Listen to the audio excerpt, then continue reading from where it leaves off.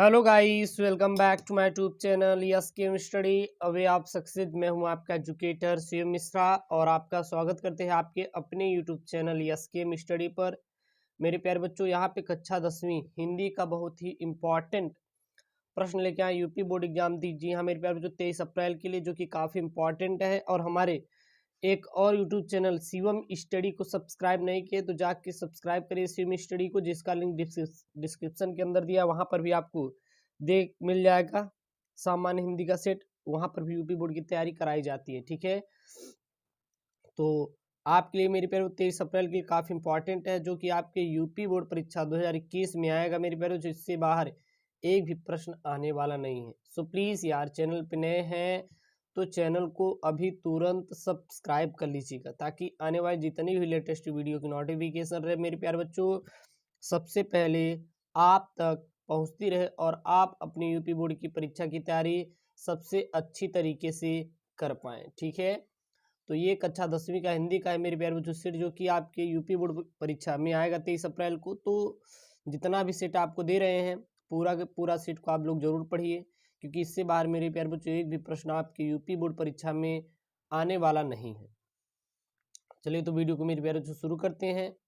यहाँ पे हमारा प्रश्न है, लोकायतन किसकी रचना है? जो लोकायतन है वो किसकी रचना है? तो याद रखिए मेरे प्यारे बच्चों, लोकायतन जो सुमित्रानंदन पंत की है। लोकायतन किसकी रचना है?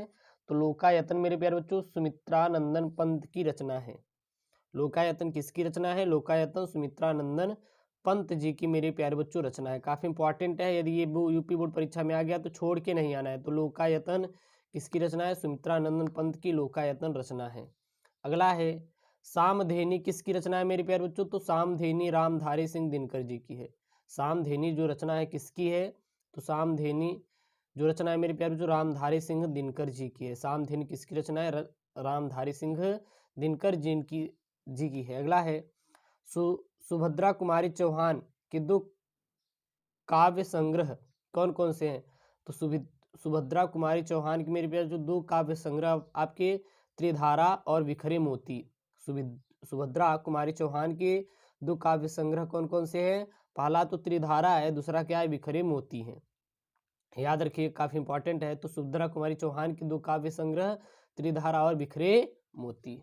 ओके, चलिए अगला है मेरे प्यारे बच्चों प्रश्न यहाँ पे, ये यूपी बोर्ड वालों के लिए है मेरे प्यारे बच्चों खास कर, ठीक ना।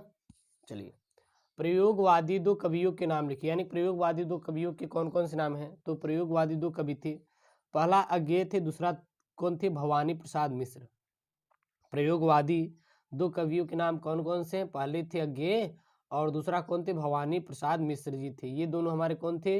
प्रयोगवादी दो कवि थे। अगला प्रश्न मेरे प्यारे बच्चों, नई कविता की किसी एक कवि का नाम लिखिए। यानी नई कविता के किसी एक कवि का नाम लिखना है।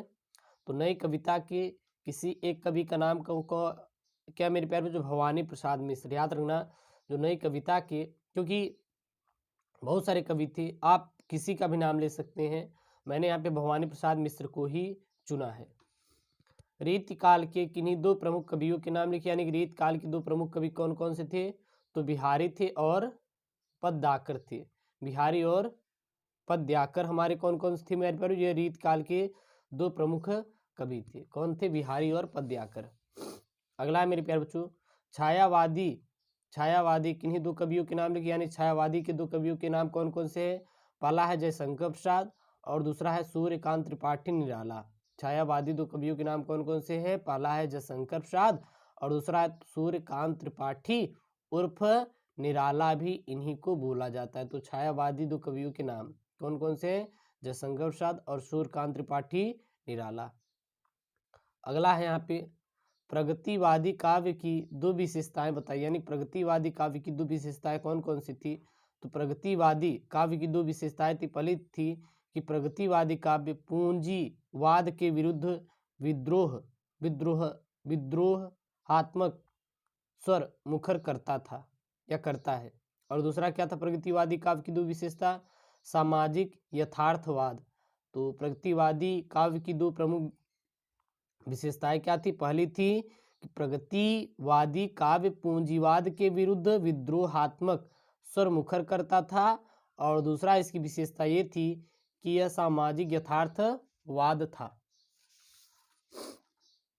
ओके, चलिए अब यहाँ मेरे प्यारे बच्चों आ जाता है काफी इंपॉर्टेंट, ये आपका है मेरे प्यारे बच्चों, यहाँ पर हमने लेके आए गद्यांश। जी हाँ, आपके गद्यांश से रिलेटेड आपके यूपी बोर्ड परीक्षा में प्रश्न बन जाते हैं, तो आपको छोड़ के तो बिल्कुल नहीं आना है। गद्यांश से रिलेटेड जितने भी प्रश्न हो सभी के सभी मेरे प्यारे बच्चों आपको हल करके आना है।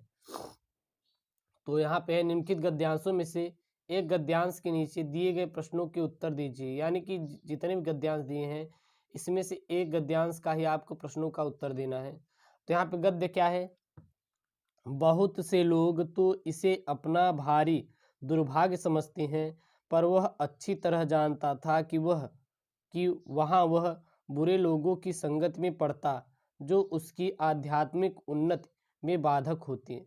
बहुत से लोग ऐसे होते हैं जिनके घड़ी भर के साथ से भी बुद्धि भ्रष्ट हो जाती है, क्योंकि उतने ही समय में ऐसी ऐसी बातें कही जाती है जो कानों में नहीं पड़नी चाहिए, और चित्त पर ऐसे प्रभाव पड़ते हैं जिनसे उनकी पवित्रता का क्या होता है? नाश होता है, और बुराई अटल भाव धारण करके बैठती है। बुरी बातें हमारी धारणा में बहुत दिनों तक टिकती हैं। इसी बात को प्रायः सभी लोग जानते हैं कि भद्दे व फूहड़ गीत जितनी जल्दी ध्यान पर चढ़ते हैं उतनी जल्दी कोई अच्छी या फिर गंभीर बात नहीं चढ़ती। तो यहाँ पे ये मेरे प्यारे बच्चों पद्य हो गया। अब ये जो पद्य है ये गद्य है। अब इसका क्या करना है? यहाँ पे देखिए, उपयुक्त गद्यांश का संदर्भ लिखिए, और फिर यहाँ दिया है रेखांकित अंश की व्याख्या कीजिए, और फिर यहाँ पे बुराई की प्रकृति कैसी होती है। ये 3 टॉपिक मेरे प्यारे बच्चों दिया हुआ है। तो यहाँ पे मेरे प्यारे सबसे पहले इस गद्य का हमें क्या लिखना है? तो इस गद्य का हमें मेरे प्यारे बच्चों गद्यांश का संदर्भ लिखना है। तो कैसे लिखेंगे इस गद्यांश का संदर्भ? तो यहाँ पे है, प्रस्तुत गद्यांश हमारी पाठ्य पुस्तक हिंदी के गद्य खंड में संकलित मृतता शीर्षक नामक पाठ से लिया गया है, और इसके रचयिता आचार्य रामचंद्र शुक्ल जी हैं। यानी कि ये जो मेरे प्यारे बच्चों पद्यांश है ये कहाँ से लिया गया है? तो ये गद्यांश आपके मित्रता नामक पाठ से लिया गया है, और जिसके रचयिता हमारे कौन है मेरे प्यारे बच्चों? आचार्य रामचंद्र शुक्ल जी हैं। अगला है यहाँ पे, अब ये बोला कि रेखांकित अंश की व्याख्या करना है। कहाँ से कहाँ तक?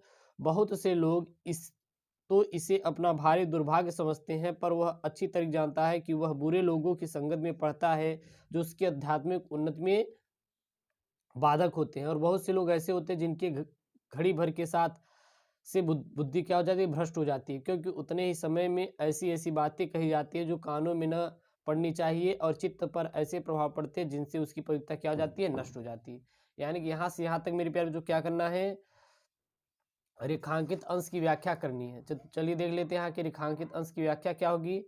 आचार्य रामचंद्र शुक्ल जी कहते हैं कि मानव मन पर बुरी बातों का प्रभाव जल्दी पड़ता है। हाँ, बुरी संगत सदैव व्यक्ति की उन्नति में बाधक होती है, और समाज में अनेक ऐसी व्यक्ति मिल जाएंगे जो आपको गंदी बातों व गंदी आदतों से प्रेरित करते हैं। वे ऐसी बातें बोलते हैं जो सुनने योग्य नहीं है होती हैं। बुरी आदतों का प्रभाव अच्छी बातों की अपेक्षा बहुत जल्द ही हमारे आदतों पर पड़ता है। कभी कभी तो यह प्रभाव मन मस्तिष्क पर छा जाता है, और बहुत दिनों तक वही बातें मन मस्तिष्क में गूंजती रहती हैं। और आचार्य रामचंद्र शुक्ल जी कहते हैं कि अश्लील गीत बहुत जल्दी ही मन व दिमाग में छप जाते हैं, और अपने चरित्र को निखारने के लिए अच्छी बातों को सुनना व अनुसरण करना चाहिए अच्छी बातों का। ओके, नेक्स्ट है मेरे प्यारे बच्चों यहाँ पे, बुराई की प्रकृति कैसी होती है? यानी कि बुराई होती है, जो हमारा बुराई होती है उसकी प्रकृति, उसकी नेचर कैसी होती है? तो चलिए इसको भी देखते हैं। तो बुराई की प्रकृति कैसी होती है? तो बुराई के विषय में लेखक कहता है कि बुराई अटल भाव धारण करके बैठती है।